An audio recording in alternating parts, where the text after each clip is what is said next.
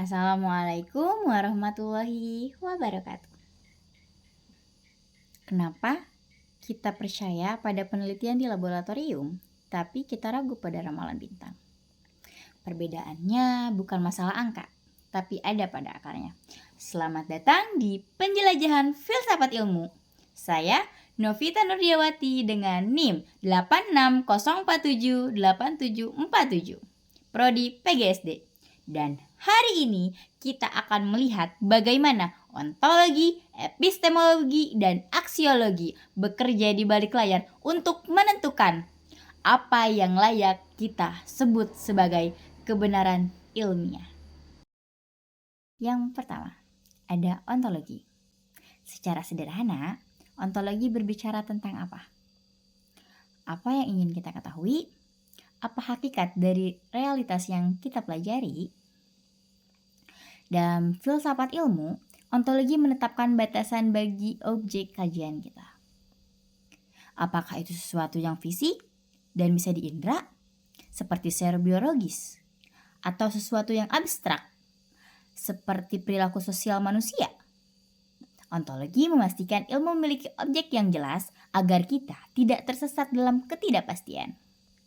Singkatnya, tanpa ontologi, ilmu tidak punya arah karena tidak tahu apa yang sedang ia lakukan atau ia bicarakan. Setelah kita tahu apa yang dikaji, pilar kedua muncul, epistemologi. Mempertanyakan bagaimana kita mendapatkan pengetahuan tersebut. Disinilah kita berbicara tentang logika, deduksi, induksi, dan observasi. Bagaimana kita tahu bahwa pengetahuan itu benar? Bagaimana cara kita menguji keabsahannya? Epistemologi lah yang menyusun standar atau prosedur agar sebuah informasi bisa dipertanggungjawabkan secara ilmiah dan bukan sekedar opini atau mitos.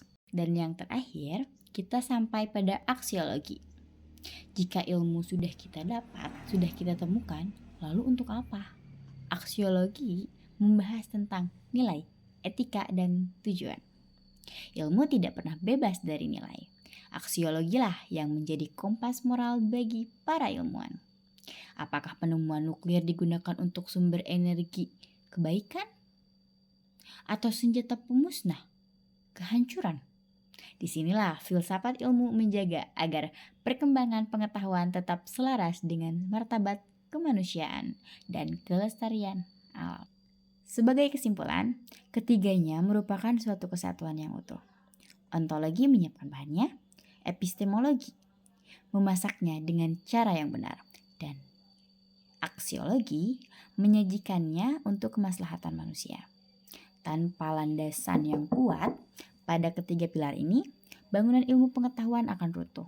Dengan memahaminya, kita bukan hanya menjadi orang yang tahu, tapi menjadi orang yang bijaksana dalam berilmu. Saya Novita Nurdiawati. Terima kasih.